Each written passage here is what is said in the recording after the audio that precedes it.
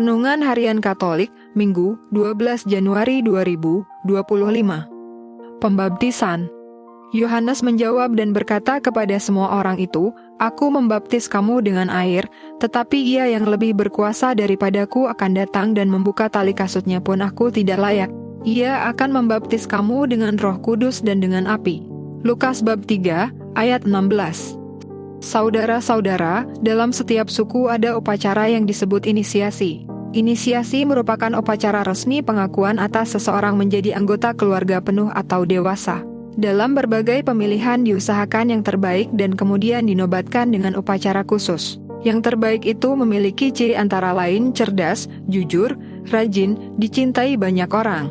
Sebelum melaksanakan tugasnya, Yesus menerima baptisan dari Yohanes sebagaimana dialami oleh banyak orang sebagai pernyataan tobat.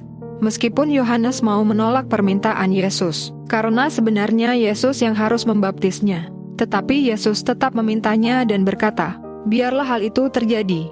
Karena demikianlah sepatutnya kita menggenapkan seluruh kehendak Allah Bapa dan memulainya dengan merendahkan dirinya untuk dibaptis seperti yang lain, menjadi sama dengan yang lain. Ia datang sebagai manusia sama seperti kita kecuali dalam hal dosa." Pembaptisan adalah sebuah proses pemurnian yang membuat manusia memiliki potensi keilahian.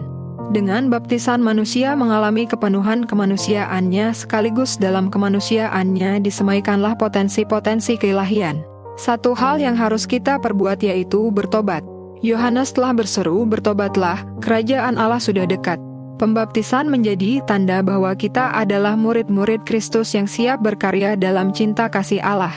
Baptisan adalah pintu gerbang kepada kekristenan atau tahap paling awal dari proses kemuridan. Dengan baptisan, semua orang Kristen dihubungkan kepada Kristus dan karakter, komitmen, keprihatinan, serta kelahirannya.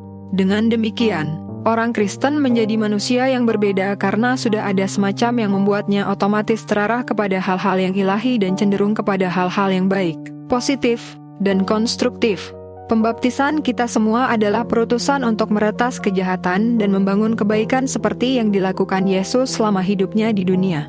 Pada hari ini, kita merayakan pesta pembaptisan Tuhan Yesus Kristus.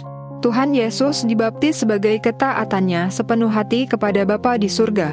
Tentu saja pembaptisan Tuhan menjadi modal dan keteladanan yang baik bagi kita semua dan kita pun patut mengikuti teladan Yesus sendiri. Kisah pembaptisan Yesus sangat menarik perhatian kita.